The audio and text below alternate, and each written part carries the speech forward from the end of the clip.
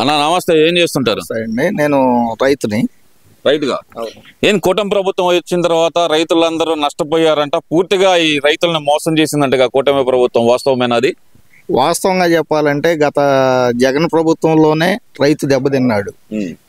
సరే, ఇంకొకటి ఏ ప్రభుత్వం వచ్చినా కూడా రైతును పట్టించుకోవట్లా. వీళ్ళు ఉచిత పథకాలని అవని ఇవని పెట్టి జనాన్ని మభ్య పెట్టడం తప్పితే ఏమీ లేదు. అదే పని ఒక రైతుకు చేయండి మీరు, ఒక పింఛన్ లాగానో ఒక నెలవారీ జీతంగానో రైతుని ఉద్ధరించండి.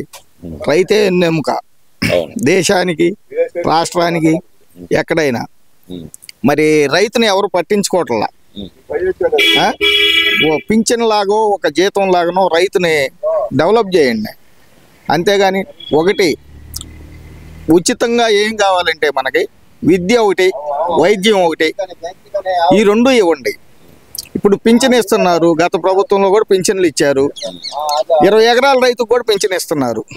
అవసరమా? అవి తీయాలి, ముందు అవి సరి చేయాలి. అదొకటి.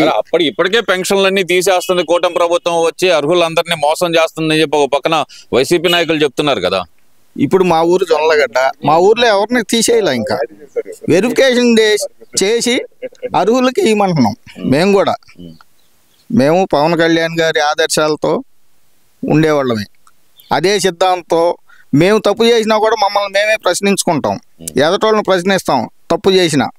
ఒక మాట అడుగుతాను, తప్పుగా అనుకోవద్దు. ఇది రోజు అంబటి రాంబాబు అంటున్న మాట, నన్ను మాత్రం తప్పుగా అనుకోవద్దు. మీరు చెప్పండి.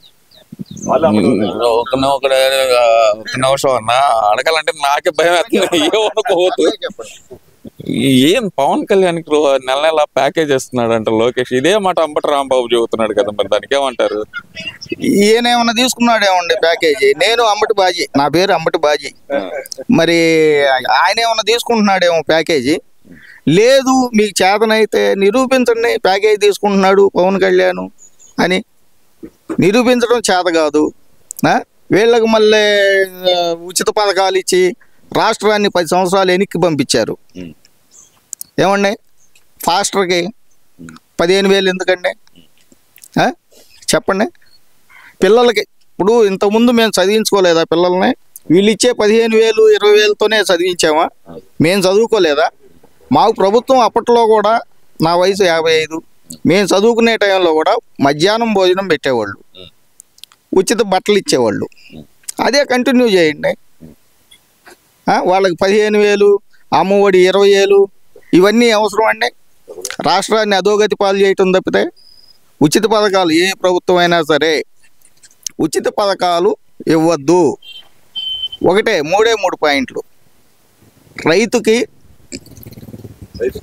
పింఛన్ లాగానో లేకపోతే జీతం లాగానో ఇవ్వండి, రైతుని డెవలప్ చేయండి.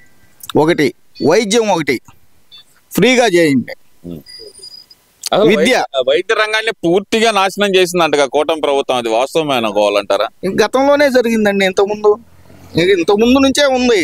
ఇప్పుడు ఇంతకుముందు వచ్చేదే ఇప్పుడు జరుగుతుంది. అయితే దాన్ని కొంచెం వీళ్ళు గమనించి కొంచెం సరి చేసుకొస్తున్నారు. జరగలేదని అంటలా, గతం నుంచే ఎక్కువ శాతం జరిగింది. ఇప్పుడు కొత్తగా జరిగేది కాదు ఇది. ఇప్పుడు మీరు ఇందాక పవన్ కళ్యాణ్ గారు ఆదర్శాలు అన్నారు కాబట్టి నేను ఒక మాట అడగాలి. ఆదర్శాలు లేని వ్యక్తి పవన్ కళ్యాణ్, ఆదర్శవంతమైన వ్యక్తి జగన్మోహన్ రెడ్డి. ఎందుకంటే ఏకపత్ని వ్రతుడు అంటూ మరి వైసీపీ నాయకులు చేస్తున్న వ్యాఖ్యలు మీరు అసలు ఎలా చూడాలి? అసలు ఫ్యామిలీని ఎందుకే ఇంటర్ఫీరెన్స్ చేస్తున్నారు రాజకీయాల్లో? వాళ్ళ రాజకీయం కోసం, వాళ్ళ భవిష్యత్తు కోసం వీళ్ళు నాయకుడి దగ్గర వీళ్ళు మాట్లాడే మాటలు, ఇందాక మీరు అన్నారు పేర్ని నాని, రోజా, వీళ్ళందరూ ఏం మాటలు మాట్లాడారండి? వాళ్ళు ఏం మాట్లాడారు? వీళ్ళు తెరానక ఎన్ని భాగవతాలు చేశారు అన్న. మీరు గడిచిన 5 సంవత్సరాలు అసెంబ్లీ సమావేశాలు చూశారు, ఇప్పుడు ఈ 10 నెలల్లో జరిగిన 2 అసెంబ్లీ సమావేశాలు చూశారు. ఎలా అనిపించినాయి అంటారు మీకు? ఆ భాష కానీ అసలు అసెంబ్లీ సమావేశాలు కానీ ఎలా అనిపించినాయి అంటారు? చాలా రాయల్టీగా జరుగుతుంది ఇప్పుడు. అప్పుడు తిట్లు, పురాణాలు. పేర్ని నాని కానీ, కొడాలి నాని కానీ, వీళ్ళు నోరు తెరిస్తే బూతులేగా. వాళ్ళు ఎప్పుడన్నా మా దేవుడి గురించి మాట్లాడారా? అసలు భక్తిగా మంచిగా మాట్లాడారా? ఏం లేదు కదా. మరి వీళ్ళనంటే అట్లా ఇప్పుడు అసెంబ్లీలో ఏదన్నా ఎక్కడైనా బూతులు వినపడినాయా చెప్పండి, ఎవరినైనా చెప్పమనండి. ఇప్పుడు అంతా భజన కార్యక్రమాలేనంట అసెంబ్లీలో జరుగుతుంది. పేద ప్రజలకు సంబంధించి ఏం ఉపయోగపడే ఏం జరగట్లేదంట కదా. మొన్నటిదాకా భజన చేసింది వాళ్లే కదండి. విడతల రజనీని ఏమంటారు, చిడతలక్క అంటారు. రోజాని ఏమంటారు చెప్పండి. వీళ్ళందరూ భజన పరులే కదండి. జగన్మోహన్ రెడ్డి గారి దగ్గర ఏదో మంత్రి పదవి తీసుకొద్దామనో లేకపోతే ఆయన మెప్పు పొందుదామనో అట్లా తిట్టిన వాళ్ళకే కదా ఆయన కూడా పదవులు ఇచ్చి అందలం ఎక్కించింది. అట్లా తిట్టిన వాళ్ళకే కదా. ఉచితార్థంగా తిట్టడమే వీళ్ళు. లేదు ఎదటోళ్ళు ఏం తప్పు చేశారో చెప్పమనండి. పవన్ కళ్యాణ్ గారు ముగ్గురిని చేసుకున్నాడు అన్నారు. తప్పేంటి? వాళ్ళకి లేని బాధ మీకేంటి? ఎవరిని వాళ్ళకి డివైడ్ చేసేసాడు. వాళ్ళు ఇష్టపూర్వకంగా ఇడిపోయారు. వీళ్ళు తెరసోటన నలుగురిని ముగ్గురిని పెట్టుకోవచ్చా? ఇదంతా ఒక ఎత్తు అయితే గనక ఏంటి జగన్మోహన్ రెడ్డి నేను ఉన్నప్పుడైతే కనుక అక్క చెల్లెళ్ళు అందరూ బ్రహ్మాండంగా ఉన్నారు. ఇప్పుడు అక్క చెల్లెళ్ళకి అసలుకి రూపాయి ఇవ్వటం లేదు చంద్రబాబు నాయుడు. నేను ఉన్నట్టయితే కనుక నెల ఎంతో కొంత డబ్బులు ఇస్తూ ఉండేవాడిని.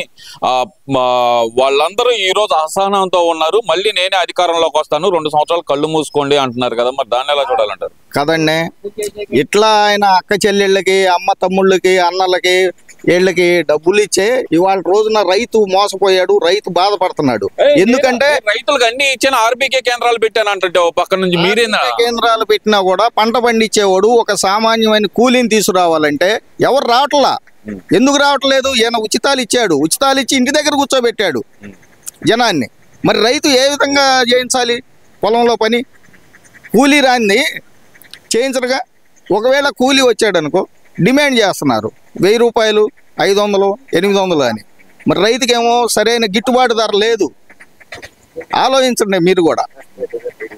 అంటే ఇక్కడ ప్రధానంగా చూసుకుంటే గనక ఈ ఆర్బీకే కేంద్రాల వల్ల ఉపయోగం లేదంటారా రైతులకి ఎంతో విధంగా మంచి చేశాను, ఎరువులు ఇచ్చాను, పురుగు మందులు ఇచ్చాను, అన్ని ఇచ్చేసాను నేను అంటున్నాడుగా. ఉచితాలు వద్దండి, మాకు ఉచితాలు వద్దు. ఈ 3 చేయండి మీరు. రైతును ఆదుకోండి, ఉచిత విద్య చేయండి, ఉచిత వైద్యం చేయించండి. ఈ 3 ఇవ్వండి. బస్సుల్లో ఫ్రీగా దేనికండి? సరే, ఈ జగన్మోహన్ రెడ్డి 2.0 ఏమంటారు? మరి నాకు అంతగా అవగాహన లేదు సార్. ఆ 2.0 అనేది నాకు అంతగా అవగాహన లేదు. ఇంకొకటి, ఈ ప్రభుత్వానికి కూడా నేనేం చెప్తున్నా అంటే బెల్ట్ షాపులు తీసేయండి.